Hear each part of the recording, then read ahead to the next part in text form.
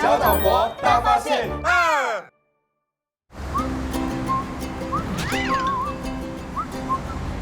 哇吼！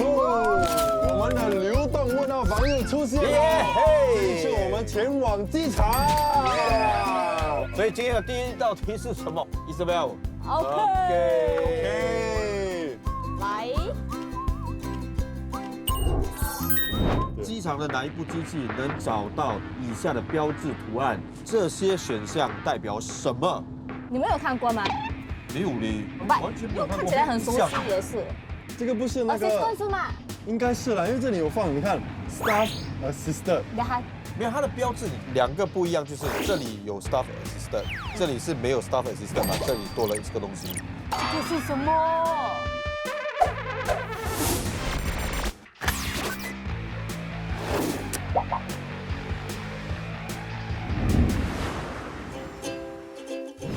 我们到机场了，耶！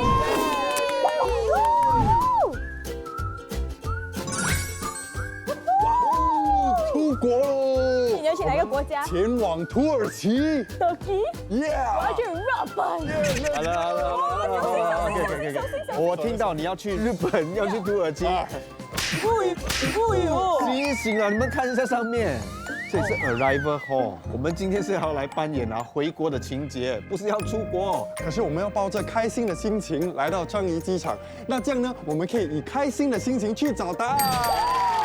今天呢，我有一个特别来宾谁？Desmond， 他就在下面。Desmond 有来，哎呦，他瘦很多喽。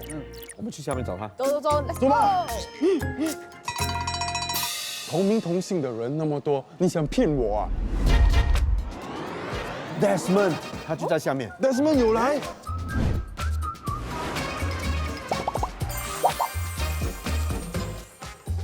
哦，快点，哪里好意思让 Desmond 等我们好。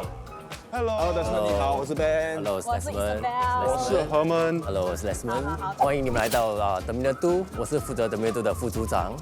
哎，我发现到哦，这里的入境大厅跟其他的 terminal 不一样哦，因为这里有比较多自动通关系统，而且呢，人工柜台也比较少哦。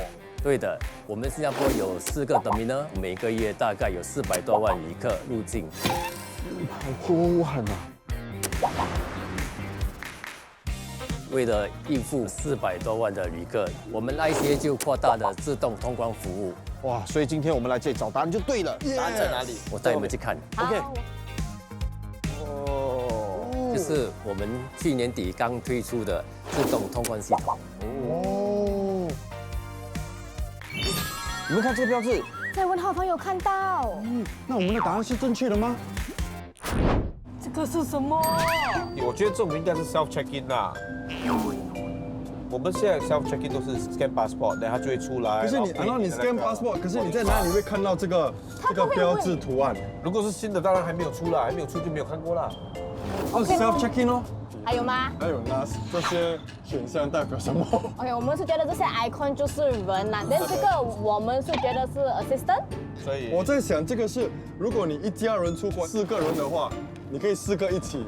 然后如果你要有一个 staff， 还有一个 priority 给那些maybe 来残障人士的还是什么需要 special needs。 OK， 我觉得这个是我现在我们有一个很大的团，需要4个 staff， 他们就去按这个板说，需要4个来帮 assist 忙你啊，来帮 assist 忙你啊！耶，我的答案最接近哦！你可以通关了，拜拜。真的可以吗？啊不可以啦，谢乱来。现在要给我们答案了。有答案喽为！什么只有2份而已？我的在这里，我的在这里。你已经拿了。你本来就有没？呀，都来过。咦，真的有那答案了！咦的， I never answer correctly。给你答案，你还没有answer correctly。哇！给来3位，让我介绍这个叫做 Special Assistant Lanes。 OK， 我知道了，它的中文是不是叫特别辅助通关通道？对了，让我介绍你们这个系统怎么操作。好。首先，这个屏幕有4个选项，第一个代表1个人可以通关，2个可以通关，3个或者4个可以通关，或者有些家庭成员有8个人，我会分成4个4个哦，2组。对，或者3个2个，或者是4个2个4个朋友哎，也是可以。哦，朋友也可以，只要是4个人都可以。啊对，OK。让我再介绍你们一个比较特别的，就是 Staff Assistant。 ，OK，它的用法是那些轮椅使用者需要我们 Airport Staff 来帮忙推他们的轮椅，所以他们可以一起使用这个通关系统。但是最多加上那个 Apple Staff 4个人同时间。对了，新加坡是第一个让多名旅客一起自行通关的国家。第一个，这是小岛国大发现了。那每一个 terminal 都有这个 special assistant lane 吗？不是，暂时只有我们的 Terminal 1的 Departure， 还有我们的 Terminal 2 Arrival 跟 Departure。但是在年底我们会在其他 checkpoint 安装这个 SL。哎，那外国旅客能使用它吗？这个 Special Assistant Lanes 暂时只有新加坡公民、永久居民还有 LTP 或者能使用这个 SL。暂时外国旅客不能使用这个 SL， 外国旅客可以用我们那边的 ACI， ACI 这是 Automated Clearance Initiative。哦，哇，这里就是 ACI Lane 自动通关系统。对了，这些 ACI Lane 可以让那些符合条件的外国旅客能使用，所以不需要到我们的人工柜台。我们的 ACI Lane 会扫描他们的护照，还有输入他们的 biometric。也就是说，旅客第一次使用这个 ACI Lane 的系统，他们的 biometric 就可以输入到你们的系统里面，下次他们来的时候就更快捷便利了。对了，目前为止已经有超过400多万的旅客的资料已经 enroll 在我们的系统里面。明年起，我们预测在樟宜机场会有98%旅客能使用我们的自动通关通道入境。哇，新加坡真的是越来越 advanced，我听到这个我感到很骄傲哎。真的要谢谢我们的 Desmond 跟我们分享这么多，长知识了我们，谢谢你。新加坡边境关卡的通关系统越来越数码化了。而且新加坡是第一个国家使用让多名旅客一起自行通关的通道。未来自动通关通道将会全面取代人工柜台，给你们一个赞！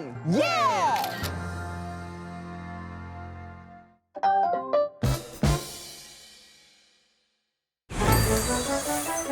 小岛国大发现2，小岛国大发现2。哪里？哦吼，这个吗 ？OK。 OK， 来。训鸟师会通过什么方式来训练鸟类听从指挥进行表演？ OK， 用食物，对了，我觉得动物都是用食物吧，应该是没有打还是什么，是用食物而已。会打了，打那个有点离谱了。用 bad bird。我讲一个话而已，不要被打，发疯了。就是用食物啦。用食物可，是我觉得动物都是用你觉得他们怎么跟他们沟通啊？哦，那是我看那个表演啊，他就用一个 whistle 这样，然后哦， frequency 是吗？他们会 Yeah 听一种 frequency。呀，就好像我每次看我的安哥啊，跟他的那个姑本，真的，他跟他姑本讲话的时候，他就讲，你真的很像那个不哭的人。那个鸟就会应他嘞，他就会开始在那边讲咕咕咕咕这样，不对不对也是有这样，谁是不对不对？他们就是会吹口哨一种，鸟一，种鸟类吹，口哨啦。吹口哨用用他们的声调。你这个是尿不出的时候跟那个小朋友，他就尿出来。OK， 答案是食物跟声调。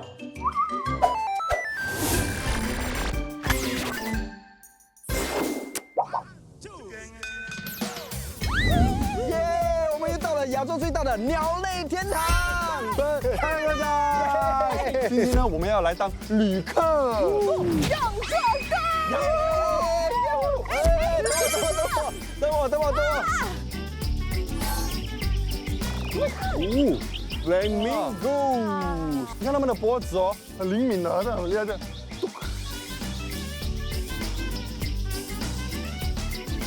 住在这里的鸟儿们肯定很开心，怪不得新加坡飞行公园也叫做 Bird Paradise， 名副其实鸟类的天堂。哇哦！左右。哇，你看哇，哎，很漂亮耶，他们的颜色，哇，加入我们呢，白色和红色。对，跟我们一样和在我谐。们的。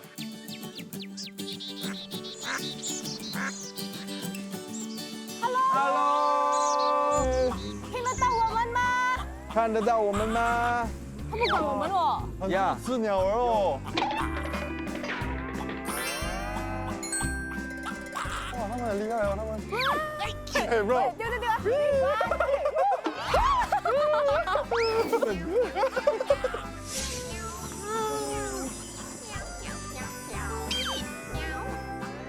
哦，这里真的有鸟哦。小小的小崽这种呢？哎，你看它回巢了，你看，进去啊，进去了。你看，那是黄色的，有没有看到？哇，你们有没有听到鸟儿在叫？这里的空气真的很清新，真的是鸟语花香。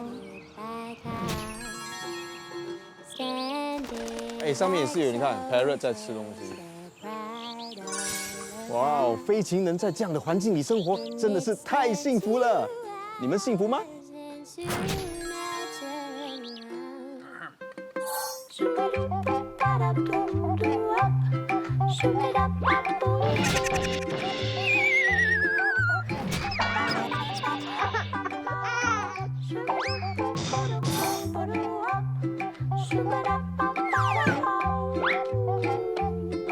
？OK， 准备要下水了。其实他们游得很快哦，快啦应该是很年轻的企鹅啊，有活力，他们一直这样子，又来了，又来了，又来了。哇，很快。 OK 了，我们该走了啦，要去看表演了。表演，跟喜念来就知道啦。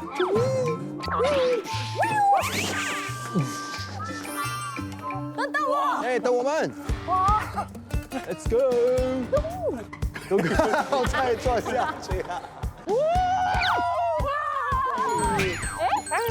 表演装还没有开始，我们来这里干嘛？妹妹，你 relax。制作组呢？你们看，他已经早 Dex 我了。他跟喜念讲哦，要带你们去找驯鸟师。 OK， 我们去找他。咦，快点，有人呢！小心，小心。 Hello，欢迎。哇，第一次来到同行，我们都是主持人。哦，是。所以你就是我们要找的驯鸟师。是，我是驯鸟师兼飞行表演主持人，你的工作跟我们的一样吗？可能要加多一点吧。比如什么？比如说要照顾表演的鸟类的起居饮食啊，要清理鸟舍、喂食，然后当然要建立良好的关系，这样表演的时候会比较有默契。啊，我看到这个新的剧场啊，真的很大哎，所以那些鸟儿是要重新训练它，然后要让它熟悉环境，对吗？表演做的东西他们都会了，只是要让他们看那个新的场地有多大，而且也要让他们适应这个荧幕。哦，旧的场地是没有荧幕，哦，有可能会吓到他们。对，因为有时闪的时候他们会来，哎，这是什么东西？他们会忽然间飞到一个不对的地方。所以感觉就有点像我们在做 live show 一样，要先做一些彩排，对，彩排了又彩排，又彩排到哦，大家都已经很顺的时候，对我们就然后才来放它上。可以表演了。对，那我们可不可以这样走走看一看啊？当然可以啊。可以啊，你可以带我们一下吗？好，来走。哇，第一次。这里真的很大哎。那对依琳，这里可以容纳几个观众？差不多2000吧。 2000啊！很多人呢。那你们每天会有几场飞行表演吗？ 4场，所以2场是猛禽表演，就是 Predators on Wings， 有2场是 Wings of the World， 展翅高飞。那不是需要很多只鸟儿？这样你们要猜我们的猛禽表演需要多少只鸟儿吗？之前我们在 Dr. Sheng 那边呢有问过我们园区有400多种鸟，400多种。哇哦，那这里总共有多少只鸟，3000多只。 3500， 3500那是整个园。啊？整个园有3500只啊。 OK， OK。我觉得有5只鸟儿。猛禽表演只有5只鸟儿，那你呢？我觉我得换一下答案。不可以换。OK， 5你。 8只。 OK， 15只。揭晓答案。 50多只。哦，50多只啊，同时都会出现吗？每一场？不会啊，每一场表演轮流。比如说这只猫头鹰如果不舒服的话，有另外一只跟它一模一样的猫头鹰的。对 substitute 的，跟踢足球是一样的。对。 OK， 那第二个那个展翅高飞高飞的 OK。比较多。 88。99。 180， 180、 108，它的比较靠近，128只。要训练128只真的不容易。 OK，那我们今天呢，要好好的认识这些鸟儿。但是要怎样去认识他们呢？看表演。那我们第一场猛禽表演就要开始，我们大家入席好吗？好，Let's go。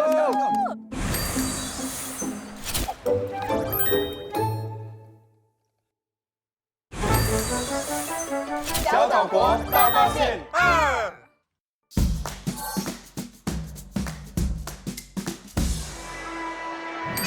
来喽！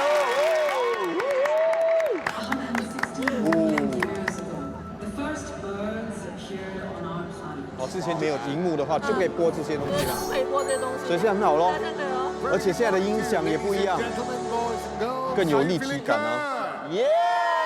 Yes, you're all set, ladies and gentlemen. Eyes right up there. Let's go.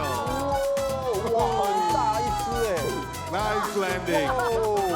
That's a familiar pose right up there. That's Nelson, our white-bellied sea eagle. These birds are specialists in hunting venomous banded sea creatures.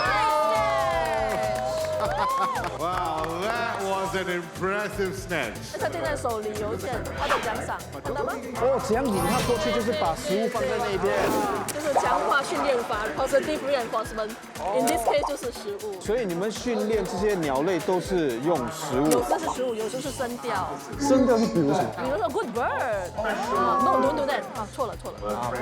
哇，其实鸟儿们跟人类一样，如果你赞美它呢，你奖励它呢，它会做得更有信心。对，下次我就用食物跟声调来训练。OK。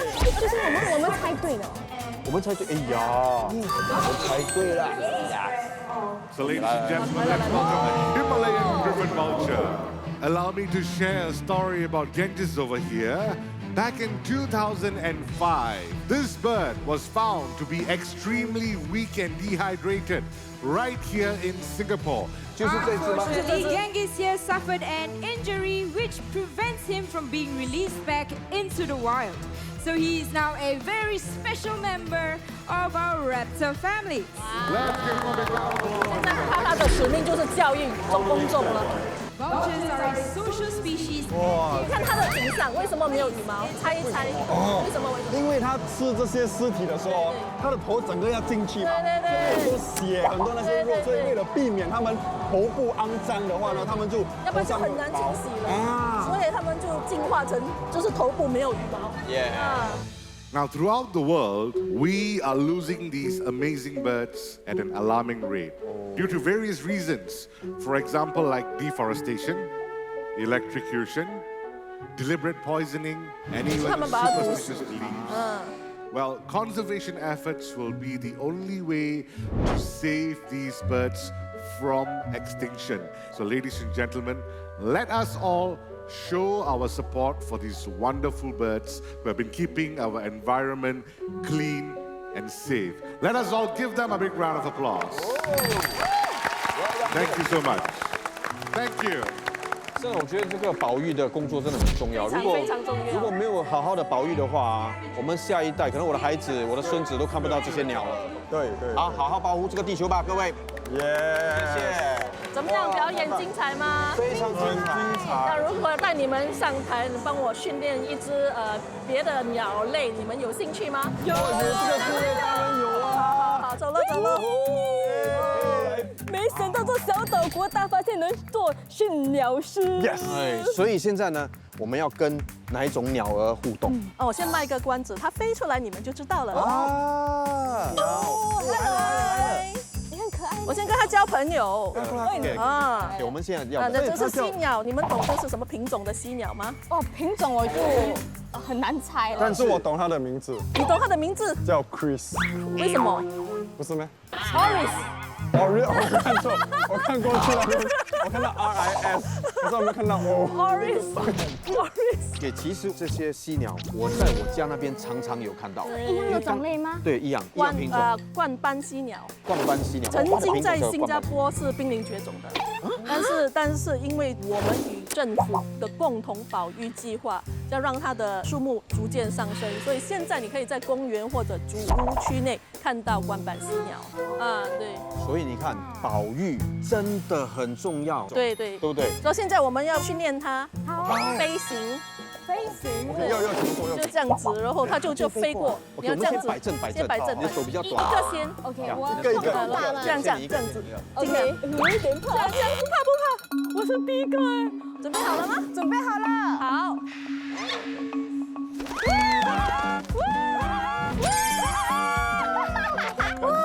快，其实很快，没有什么感觉到。很快，没有感觉，它就是飞过来，我们多一个 level 2。哇！ OK here。 Welcome to the wings of world。现在在你们面前，你们看到这只鸟儿；在你们面前，你们看到这只鸟儿飞过的2位主持人。那个感觉不错。对，很快。 level 3。 Level 3。到他们了，准备好了，大家。准备好了。试飞3个。 1、2。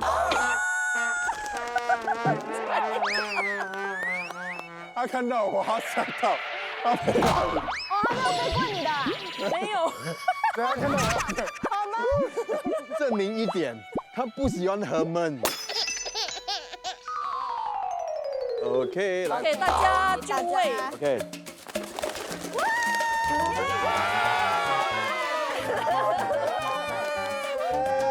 Well done, good job, Oris。好玩吗？非常好玩。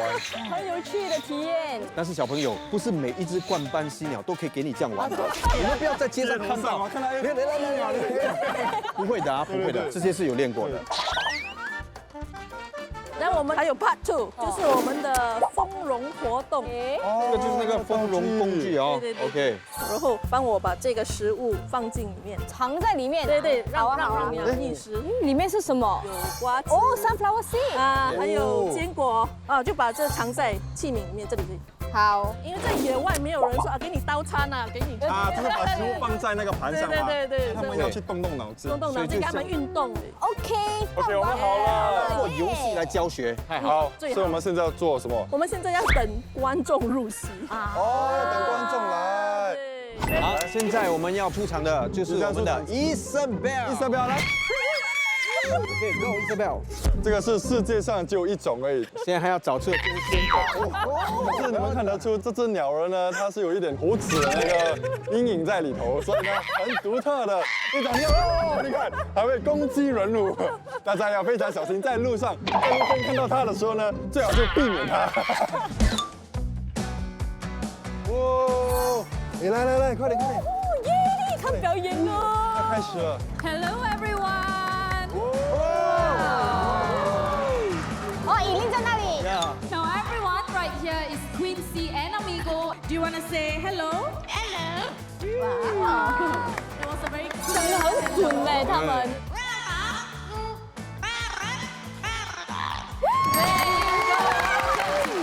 Paradise. Good job, Quincy. Come on, Elmo. There you go. Good. Let's see Olivia in action. Another perfect catch. Are you ready, Herman? 1, 2, 3. Let us welcome Great Pine Hornbill. Hello everyone.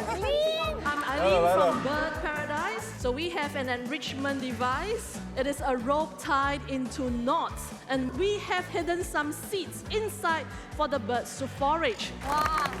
Now with that, we hope you have enjoyed discovering the beautiful wings of the world. 第一次我看到flamingo跑哎。 Thank you so much for joining us tonight and happy birthday!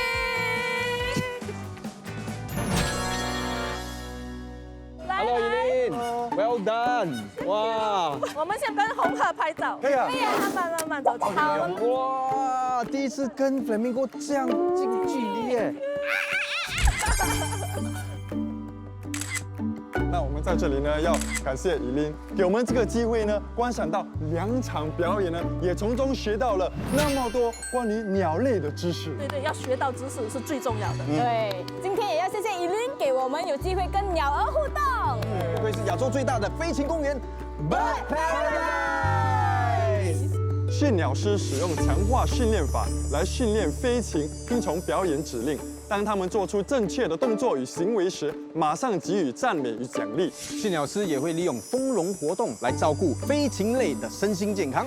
难怪这里的鸟儿又活泼又可爱，我们一起打卡吧！耶！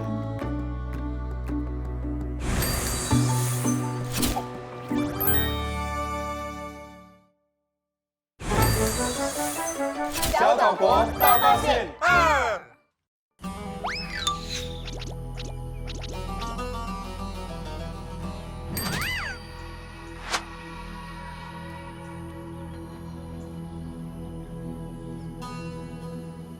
制作组说啊，在这栋楼的地底下有一个浩大的工程。可是这里没有注明什么名称还是标志，而且单看外观，我真的想不到里头蕴藏着什么浩大的工程。不用猜的，一定会有人给我们答案的。跟我走。哇 ，Senior， 哎，有人，来，既然又让 Senior 丢脸，跟你们讲了，一定有人。Hello， Hello，你好。你好，欢迎你们，请进。来，小心。好，谢谢你。这道门很重哎。哎，Hello， 你好。我是建峰，我是新能源集团的副总监。新能源，也就是说这里的浩大工程跟电有关。是的，其实，在你们脚下就是新加坡最深的电缆隧道。地底下，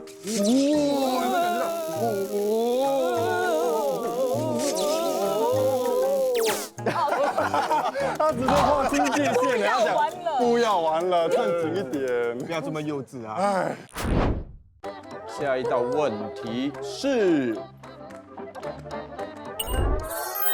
新加坡地底下除了有地铁隧道、史丹福蓄水池，还有哪些浩大的工程 OK， 我在猜bomb shelter 吗？ ？bomb shelter， 这一个就可以了。没有吧？bomb shelter很多地铁站都是 bomb shelter。哦，对哦，他们会换去 bomb shelter。哦，有可能他们做一个 spot 场哦。我们的那个国库存放食物的地方，哦，电跟吗？电。发电厂。我们各自有各自的答案。 OK， 来你先讲。地底下会有个 spot 场，我觉得是跟电有关系的。嘿，我觉得是地底下的一个食物仓库。好，看谁对。所以谁答对了？我猜对了嘞！哇，厉害了！终于猜对喽。 OK， 所以楼下没有 sports hall， 没有储存食物啦。OK。这个工程包含了3条隧道，总共有40公里长，方便新能源集团把电源输送到全岛的各个角落。你们今天就在我们其中的一个入口处。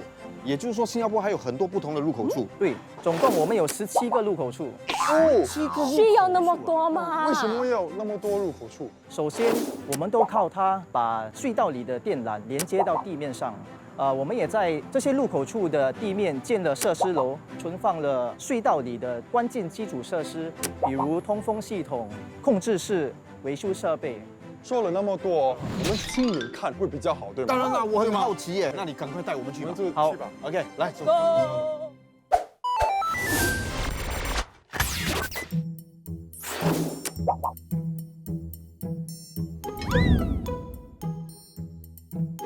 OK， 因为安全第一，所以需要介绍2个特别物品，你们需要带下去隧道。这是一个氧气呼吸器。哎，为什么要带这个氧气呼吸器？别担心，因为在正常的情况下，我们的通风系统会确保有足够的新鲜空气到隧道里。OK 再加上我们也在隧道里安装了空气质量感应器，所以只有在紧急的时候，比如火患，我们才需要用到它来给我们足够的氧气逃离隧道。OK， 哦，这个谢谢你。它不轻，它不轻。对，所以接下来就是这个追踪器，你们必须随身携带。就你拿着的时候，人家可以知道你在哪里。哦，tracker 追踪器。所以如果发生什么事，我们可以用这个，就是直接按，让人家知道对要帮助。在紧急事故时，你可以按这个按钮，中央控制室就可以知道你的所在位置。说那个是一个 panic button。对。 All right，这个要放在。通常你们放哪里？放在口袋里就好了。那么穿好了安全装备，我们就可以下去了。Let's 来 go。我们要去一个很深的地方。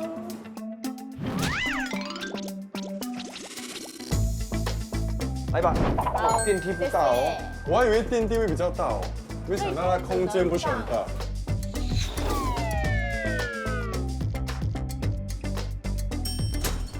其实我还以为来到下面的时候，你会感到好像很压迫压迫感，而且好像不自在。可是没有嘞，还可以呼吸的，还好啊。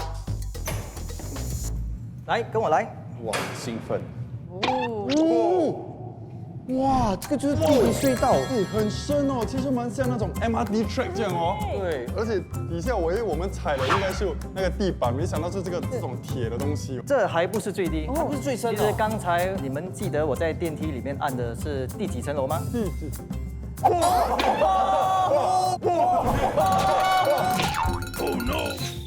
个很高哦，因为我们前面这里看起来不是很高哦。看这里，哇，好像 HDB block 这样哎。至少10多楼哎。对啊，我们因为刚才你按电梯，我没有注意看。在 basement 的顶，这样子有大概多深？60米，一座20层楼的竹一样高。这个20层楼，空气还是 OK 的，我们可以往前走吗？可以。哦，好，我们走。其实地铁隧道一般是30米深，而我们却建的比他们还深1倍。60 meters， 真的。哦，我们来到了一个转角处。请看。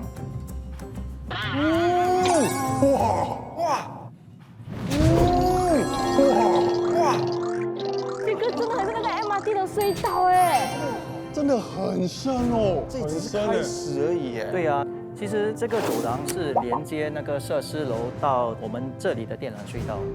而为什么把隧道建得那么深？其实是方便我们和其他的地下基础设施共存，而这也可以避免别的地下工程损坏我们的隧道的可能性。所以我们可以向前走吗？可以跟着我一起来。跟着你，跟着你。很多的那个 wire 啊，很多电缆哎。对，深不见底哎。对啊，其实这个隧道工程总共有40公里长，因为我说有3条，对不对？啊，所以这条有18.5公里长。18.5，对，最长的吗？对，这是最长的那条。可以告诉大家的是，整个过程从策划到招标和设计到施工，总共花了我们10年的时间。而且3个隧道，我们还要把它分成7个建筑合约，同时进行。那么单建筑工地就20几个，规模十分庞大。所以我也想再借这个机会，shout out to the Cable Tunnel team， 没有你们就没有这些。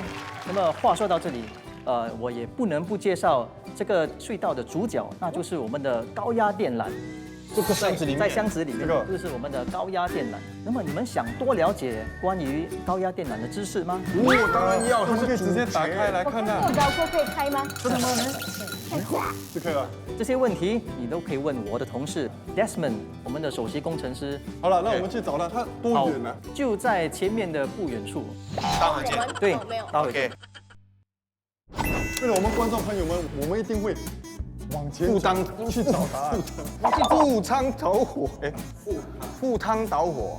在电缆尽量不要说到关于火的问题。OK， 不要讲了。我们一定会不遗余力的去找他。好 ，OK， 全力以赴，全冲。这边有2个。哎，前面好像有一个人。Hello。哎呀，这个整个隧道只有一个人。Hello。他。你们好。嗨，我是首席工程师 Desmond， 今天就让我来跟你们分享关于高压电缆的知识。OK， 所以现在我们可以直接打开来看了啦。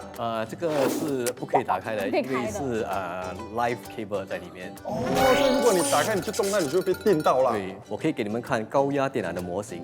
哦，哇，这个黑色的就是高压电缆。哇，蛮重的。哇！可以给我拿一下。OK。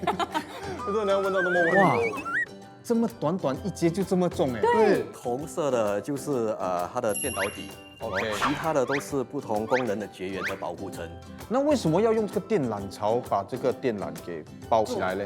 电缆槽内装着的冷水管，它能够降低电缆所散发的热能。可以动吗？可以动。就幸好有这个降温技术哦，这个地方才不会那么热。那你们当初为什么会想要建造这个电缆隧道工程？随着国家对于电力供应的需求不断的增加，并且受到铺设路面空间的限制，电缆隧道项目是长期的解决方案。哦，原来。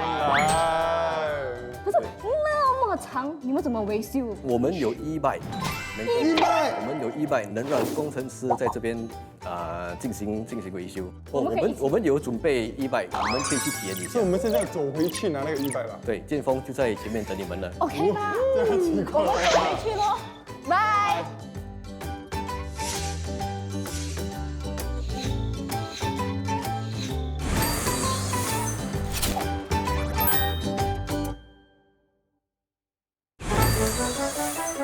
小岛国大发现2，来这里，我们终于到了。哇，终于走了一大段路，我们终于回到这里。又见到你们了。是又见面了。 OK， 因为我们的隧道实在是太长了，所以维修人员都用这种e-bike来到更远的地方去进行视察工作。哦，要不然就要走路哎。对，想不想试试看呢？可以啊。 OK， 那我们就可以直接骑了。 Let's go。 Let's go。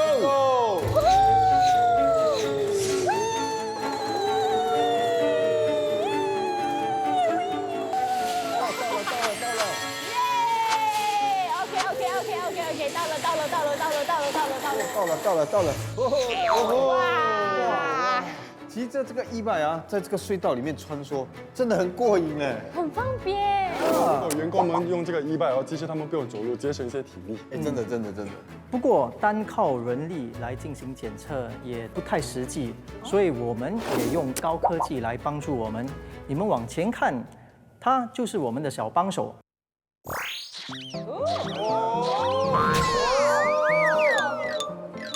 在问好朋友看过，对，是他，原来是你。有两粒眼睛的。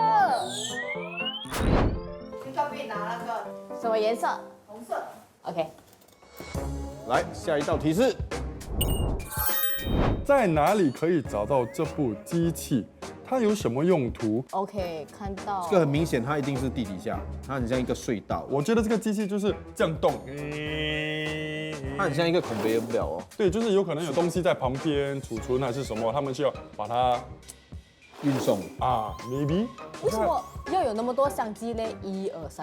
哦，等一下。就 scanner 啦 ，scanner。应该是个 scanner，可是我不懂 scan 什么啦。可以 scan 很像pH level、radiation 这些，我不懂为什么需要。这题真的很难呢。它可能是那个发送信号的。OK，我这个真的太难。所以你放弃吗？所以我跟着你们的答案吧。你放弃了？所以就是你讲你放弃，我没有放弃。我们的答案是跟你的关系。我们的答案是跟信号有关系的。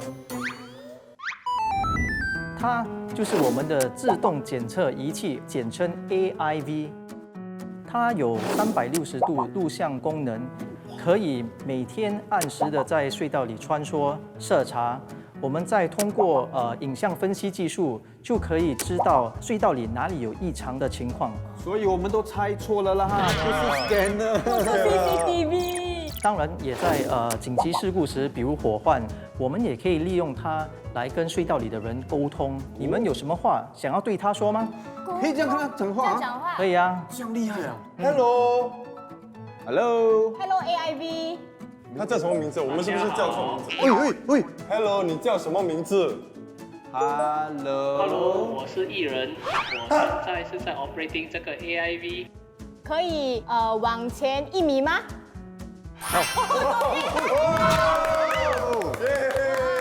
重点是啊，这台机器是拍照的，你可以帮我们拍张照吗？拍个合照。1、2、3。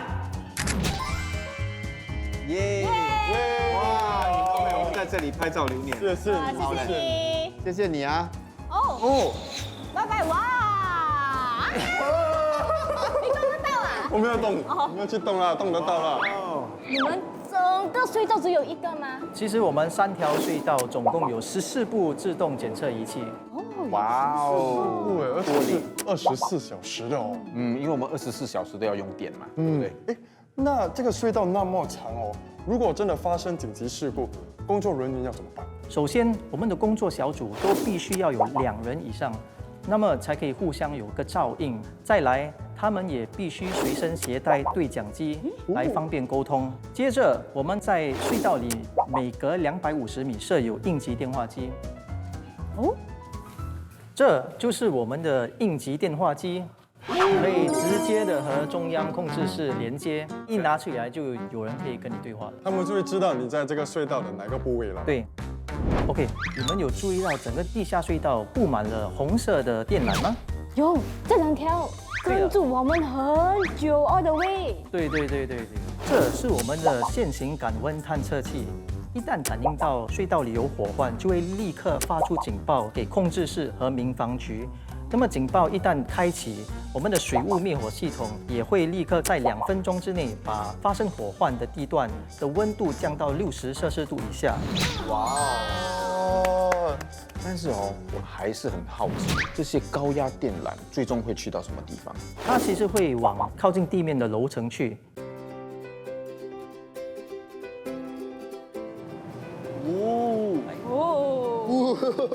哇，你看下面吸出的很可怕。我们这里是 B 都，这里其实可以看到我们刚才所在的地方 B 的地，然后我们现在在 B 都，对吗？对呀。我觉得很高哎。是的。来。啊，所以电缆就会输送到这边，然后再输送到我们家去，我们家就有电了。其实没有那么简单。高压电缆首先要先连接到我们地面上遍布全岛的11000个变电站，电流在经过变压后才能输送到各家各户。今天呢，真的是学到了很多东西，但是建峰，我还有最后一道很重要的问题想要问你。什么事？这个设施呢，还能用上多少年？在结构设计方面，我们可以用上120年。120年。也就是说，我将会是147岁。对，120年后要重建这个隧道啊？有可能。不过我们新能源也不断的和有关当局进行长远的规划。就比如我现在在参与地下变电站工程，一旦完成，可以方便我们更换现有的供电系统。而这将会是东南亚最大的地下变电站。哇！那这样我们可以去拍第3系列了。耶！第3系列。OK， 在这里呢，真的是真心的感谢所有的工程师，感谢你们的构思，还有建造。也要在这里呢感谢建峰，还有 Desmond， 哦呀，很有耐心的一一解答我们所有的疑问。对，真的长知识了。今天真的是大开眼界。原来新加坡地底下有3段共长达40公里的电缆隧道，而且可以容纳1200公里的电缆。马上来拍照留念吧！耶！一起主持了4个月的小岛国大发现，你们学到了什么？印象最深刻的是什么？为什么你们在拍手？因为你讲得很顺利的把这个整个问题，我学到了怎么讲华语。漂亮。我学到了怎么发问问题，就是在主持方面如何好好的主持。虽然现在还是没有那么好，可是我觉得我学到了一点，就是主持方面有进步啦。对对对 ，OK，well done。我觉得最深刻印象就是我没有想象到啊，那个垃圾回收的地方，我也在想那个。去到那边我真的吓到哎，是这么多垃圾多过可以再循环的物品，它是垃圾场多过像是回收站，所以那个印象很深刻。那一个外景拍完后，我马上回家就跟我的孩子讲，从今天开始，我们所有的那些瓶瓶罐罐那是可以回收的，我们洗干净了再把它倒进去路边里面。这个我是讲真的，以前我真的没有这样做，拍了后我才这样做的。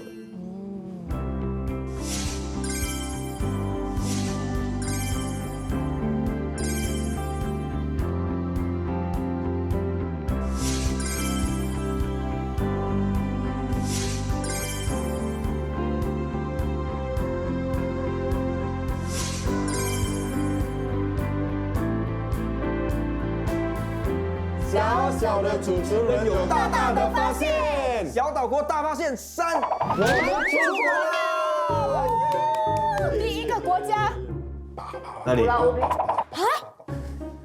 不要做了，不要，你自己做了啊。不要，我不要，有，我以为可以去我继续做日本还是中国？ Senior 的 Senior， 我回来喽！这一次我是叫 Super Senior。